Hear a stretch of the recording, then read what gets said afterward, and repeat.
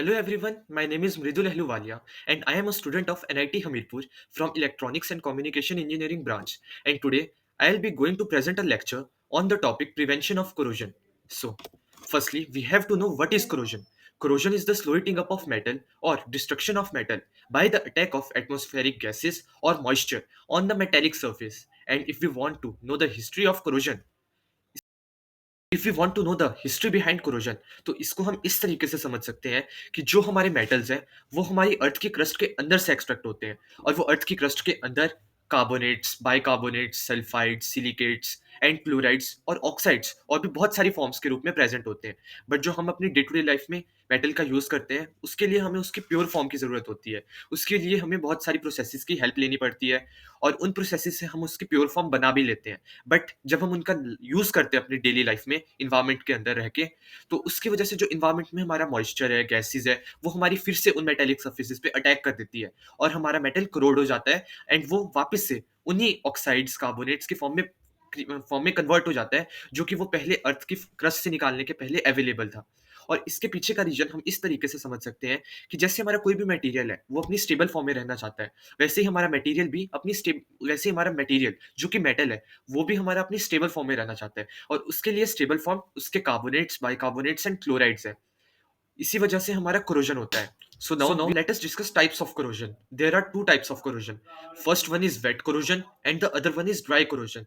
इन dry corrosion, जो हमारी जो एटमॉस्फेरिक गैसेज है like oxygen, chlorine and hydrogen sulphide, वो जो हमारी गैसेज है वो हमारी मेटेलिक सरफेस के ऊपर अटैक करती है।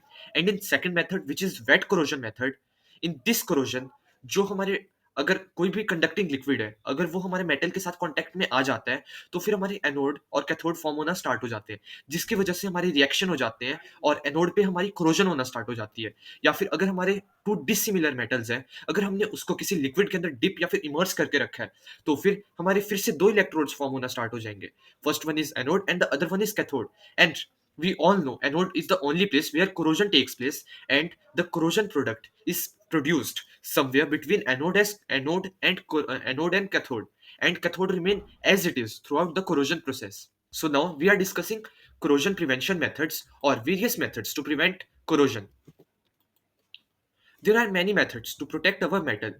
Firstly, corrosion inhibitors, using pure metal, metallic coating, using alloys, proper designing, electrochemical protection, or organic coating. There are many other methods which I have not discussed in this PPT. First method is cathodic protection method. There are two types of cathodic protection method. First one is sacrificial anodic protection, and second one is impressed current cathodic protection method. So number one, sacrificial anodic protection method. In this method, we use a metal which is more anodic than the parent structure metal. Here in this example, the parent structure metal is iron, which is used to make the pipeline, and the sacrificial anode or the other metal which we have used to save the parent structure is magnesium. In magnesium, it has more anodic property or electropositivity. Therefore, it loses electron and behave as anode. And we all know anode is the place where corrosion takes place, and the cathode remain as it is throughout the process. And in the second example, we have ship hull. In this, there are small structures which are made up of zinc or aluminium or any other kind of metal, which help to prevent it from corrosion. अगर हमारा कोई भी liquid है वो इस ship को corrode करना चाहेगा, तो सबसे पहले जो हमारा जिंक है जिसकी स्ट्रिप हमने यूज की है शिप की हल के ऊपर, तो वो हमारा उसको कोरोड करेगा, जिसकी वजह से हमारा जो शिप का स्ट्रक्चर है वो हमारा सेफ हो जाएगा, और जो हमारा ये ऊपर हमने स्ट्रिप्स लगाई है वो हमारी पहले कोरोडेड हो जाएगी। हम सेक्रीफिशियल एनोड के रूप में बहुत सारे मेटल्स का यूज कर सकते हैं। फर्स्टली जिंक, एल्यूमिनियम, मैग्नीशियम और भी बहुत सारे अलॉयज हैं जिनका हम यूज कर सकते हैं। So, in impressed current cathodic protection method, we uses a DC power source as compared to sacrificial anodic protection method. ये जो हमारा sacrificial anodic protection method है, जो कि हम यहाँ पर देख सकते हैं फर्स्ट फिगर में, यहाँ पर हमारा जो प्रोटेक्टेड एल्यूमिनियम स्ट्रक्चर है उसको हमने with the help of wire एक मैग्नीशियम के साथ जोड़ा हुआ है, जो कि हमारा ऑक्सीडेशन के अंदर जा रहा है और हमारे टू इलेक्ट्रॉन लूज कर रहे हैं और एनोड की तरह बिहेव कर रहे हैं, and therefore it is also called as sacrificial anode. And in second figure, we are using a DC power source. और ये जो डीसी पावर सोर्स है ये एक करंट फ्लो करता है जिसको हम बोलते हैं इम्प्रेस्ड करंट, और ये करंट हमारा फ्लो होता है उस मेटल के थ्रू जो कि हमने एक सेक्रीफिशियल एनोड के रूप में यूज़ किया है, उससे फ्लो होता है हमारा प्रोटेक्टेड एल्यूमीनियम स्ट्रक्चर के अंदर। इस तरीके से हमारा एक सर्किट कंप्लीट हो जाता है और ये जो हमारा एक्सटर्नल करंट है, इम्प्रेस्ड करंट, ये हमारा नल्लीफाई करता है कोरोजन करंट को, जिसकी वजह से जो हमारा एल्यूमीनियम स्ट्रक्चर है, वो हमारा एनोड से कैथोड में बदल जाता है। और हमें पता ही है कि हमारा जो कैथोड है, उसमें हमारी कोरोजन होती नहीं है। हम जो एनोडिक मटेरियल है, उसमें बहुत सारे मेटल्स यूज़ कर सकते हैं, जैसे हमारा ग्रेफाइट हो गया, हमारा नॉन मेटल कार्बन हो गया, स्टेनलेस स्टील हो गया और हमारा सिलिकेट आयरन हो गया।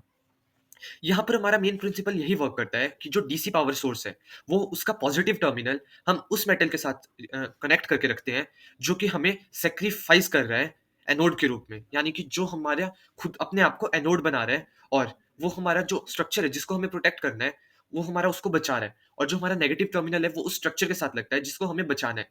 इस रूप से हमारा करंट फ्लो करना स्टार्ट हो जाता है। सो इस फिगर में आप देख भी सकते हैं कि जो हमारी शिप्स है, उसमें भी ये हमारा मेथड यूज़ होता है बिकॉज़ इसमें हमारी लीनियर स्ट्रिप एनोड है, जो कि हमारी एनोड के रूप में यूज़ होती है और इसमें हमारे बहुत सारे मेटल्स हैं, वो भी यूज़ होते हैं स्ट्रिप के ऊपर। और जो हमारा पावर सोर्स है, वो हमारा करंट फ्लो करवाता है, जो कि हमारा नल्लीफाई कर देता है कोरोजन करंट को। और जो हमारी शिप का स्ट्रक्चर है, वो हमारा एनोड से कैथोड में चेंज हो जाता है, जिसकी वजह से उसके ऊपर कोई कोरोजन नहीं लग पाता। इसमें हम सर्कुलर एनोड्स का भी यूज़ करते हैं, ताकि हमारा जो शिप का स्ट्रक्चर है या फिर हल है, वो हमारा सेफ रहे। So And our second method is metallic coating. So the first method of metallic coating is hot dipping. Hot dipping हम उन मेटल्स के लिए यूज करते हैं जिनका मेल्टिंग पॉइंट हमारा कम होता है और उन मेटल्स में हमारा आयरन, स्टील, कॉपर और भी बहुत सारे मेटल्स प्रेजेंट हैं। इनके ऊपर हम जिंक की, एल्यूमिनियम की, लेड की और भी बहुत सारे मेटल्स की कोटिंग करते हैं। इस मेथड के लिए हमारा एक नेसेसरी कंडीशन होती है कि जो हमारा मेटल का सरफेस है वो हमारा क्लीन होना चाहिए, ताकि जो हम कोटिंग कर रहे हैं मेटल की, जिंक या फिर टिन की, वो हमारा अच्छे से थ्रू आउट द मेटल एकदम कांस्टेंट रहे। अदरवाइज जो हमारी कोटिंग है वो अच्छे से नहीं हो पाएगी, वो नॉन यूनिफॉर्म रहेगी, जिसकी वजह से हमारा जो कोरोजन है वो हो सकती है अगर हमारी कोटिंग अच्छे से ना हो। अगर हमारी कोटिंग यूनिफॉर्म होगी, तो फिर हमारी जो कोरोजन प्रोसेस है वो हमारे बहुत कम चांसेस होते हैं कि हमारा मेटल कोरोड हो पाए। जो दो हमारे मोस्टली फेमस डिपिंग मेथड है, उनमें हमारा फर्स्ट वन आता है गैल्वेनाइजेशन एंड सेकंड वन आ जाता है टिनिंग। सो जो हमारी गैल्वेनाइजेशन है, इस प्रोसेस में हम कोटिंग ऑफ जिंक करते हैं on the surface of iron या फिर स्टील की शीट्स। इसमें हम जो जिंक की कोटिंग है वो एकदम पतली पतली शीट्स की फॉर्म में करते हैं, उसके ऊपर पतली पतली लेयर चढ़ाते हैं। और इस लेयर को चढ़ाने के लिए हम बहुत सारे स्टेप्स को अंडरगो करवाते हैं। किसको? आयरन या फिर स्टील शीट्स को। सबसे पहले जो हमारी स्टील शीट है, उसको हम क्लीन करते हैं with the help of dilute sulphuric acid. जो हमारा डाइल्यूट सल्फ्यूरिक एसिड है, वो उसमें से जो हमारी रस्ट है या फिर कोई भी ऑक्साइड की लेयर है या फिर हमारी कोई भी इम्प्योरिटीज है, उसको रिमूव करता है। उसके बाद जो हमारे रोलर है, वो उस शीट को आगे को मूव करवाते हैं, जैसा कि आप फिगर में देख पाओगे। फिर जो हमारी शीट है, उसको हम वॉश करवाते हैं with the help of water, ताकि हमारा अगर H2SO4 उसके ऊपर चिपका हुआ होगा, ताकि वो निकल जाए।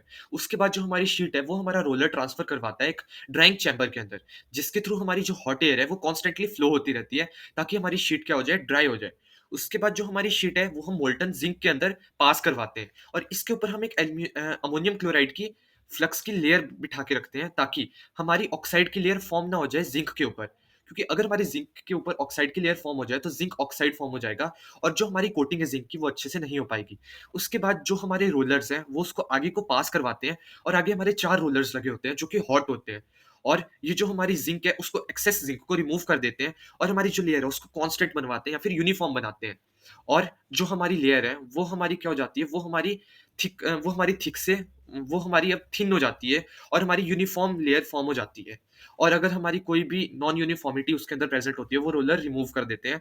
और क्योंकि वो हॉट है, उसकी वजह से हमारी शीट कोल्ड भी हो जाती है, यानी कि हमारी शीट अब हम यूज़ कर सकते हैं और उसको हम उन शीट्स को हम बाद में यूज़ भी कर सकते हैं हमारे वेरियस प्रोसेसेस में। and Our the second method is tinning. In tinning, coating of iron or steel articles are done with the help of tin. Tin हमारा इसलिए भी यूज होता है बिकॉज ये हमारा एक नोबल मेटल है और इलेक्ट्रोपॉजिटिव है, जिसकी वजह से इसकी हमारी जो रेजिस्टिव कोरोजन प्रॉपर्टीज है, वो हमारी इसको हेल्प करती है कि इस पे कोरोजन ना हो पाए। अब हमारे को अगर टिनिंग प्रोसेस करनी है, इसके लिए हमारे को बहुत सारी स्टेप्स के थ्रू ले जाना पड़ेगा हमारे आयरन शीट को या फिर स्टील के आर्टिकल्स को। सबसे पहले जो हमारी शीट है, उसको हमें H2SO4 के थ्रू पास करवाना पड़ेगा, जो कि हमारा रोलर है। फिर वो उसको मोल्टन टीन के अंदर पास करवा देगा, ताकि जो हमारी टीन है, मोल्टन टीन है, वो हमारा जो हमारी शीट है, उसके ऊपर स्टिक हो सके। और जो हमारी स्टिक हो जाएगी, उसके बाद जो हमारा पेयर ऑफ रोलर्स है, वो उसको पाम ऑयल के थ्रू ले जाएगा। जो हमारा पाम ऑयल है, वो हमारा उसको प्रोटेक्ट करके रखता है पाम ऑयल, कि हमारी जो टिन है वो हमारा यूनिफॉर्मली डिस्ट्रीब्यूट हो सके शीट के ऊपर, या फिर उसके ऊपर कोई भी बाहर से ऑक्साइड की लेयर फॉर्म ना हो जाए टिन के ऊपर। इसीलिए हम पाम ऑयल का यूज करते हैं, जो कि आप देख ही सकते हो फिगर में कि हमने एक लेयर ऑफ पाम ऑयल ली हुई है इस रोलर के बीच में। और पाम ऑयल का यूज हमारा इसीलिए होता है कि ताकि हमारी ऑक्सीडेशन ना हो सके टिन की लेयर के ऊपर। फिर जो हमारा रोलर है वो उसको पास करवा देता है प्लेटेड शीट को, और जो हमारी टिन प्लेटेड शीट है वो हमारी तैयार हो जाती है। और इस टिन प्लेटेड शीट का यूज हम अब अपने इन्वायरमेंट में रह के कर सकते हैं। अदरवाइज हमारी जो क्रोजन है वो हो जाती थी आयरन और स्टील आर्टिकल्स के ऊपर, बट हमने अब टिनिंग कर दी है इसलिए वो नहीं हो पाएगी। And now our another method is electroplating.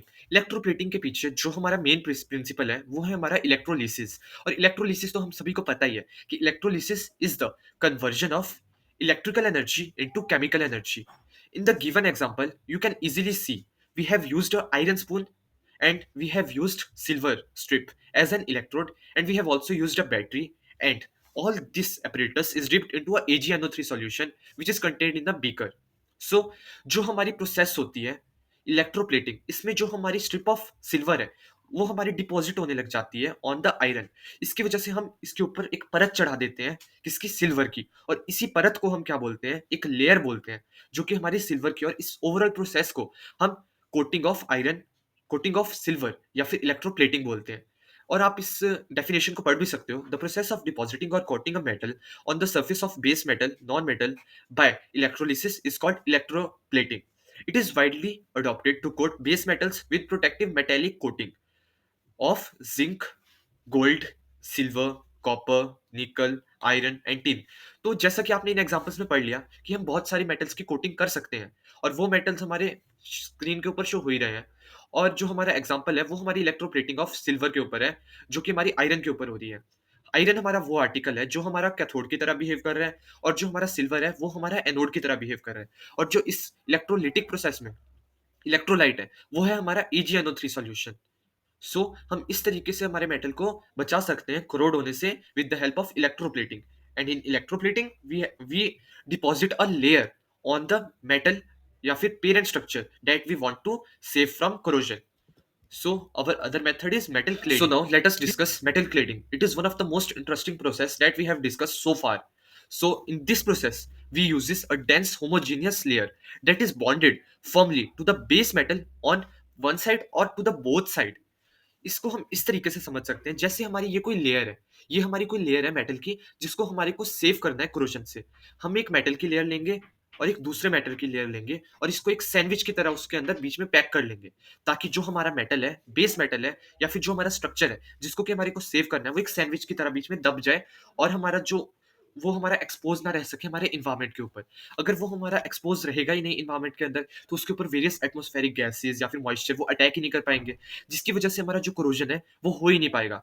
इसीलिए जो हमारी कोरोजन रेजिस्टिंग मेटल्स है लाइक निकल, कॉपर, लेड, एंड साथ में हमारा सिल्वर, प्लेटिनम या फिर अलॉयस लाइक स्टेनलेस स्टील, उनकी हम क्या करते हैं, एक लेयर बनाते हैं, फिर थिन शीट्स बनाते हैं, जिसको हम क्लेडिंग मटेरियल भी बोलते हैं। ये जो हमारी थिन शीट्स हैं, फिर इनको हम एक सैंडविच की फॉर्म में दबा देते हैं उस मेटल के साथ, जिसको हम बेस मेटल बोलते हैं, जिसको कि हमें बचाना है।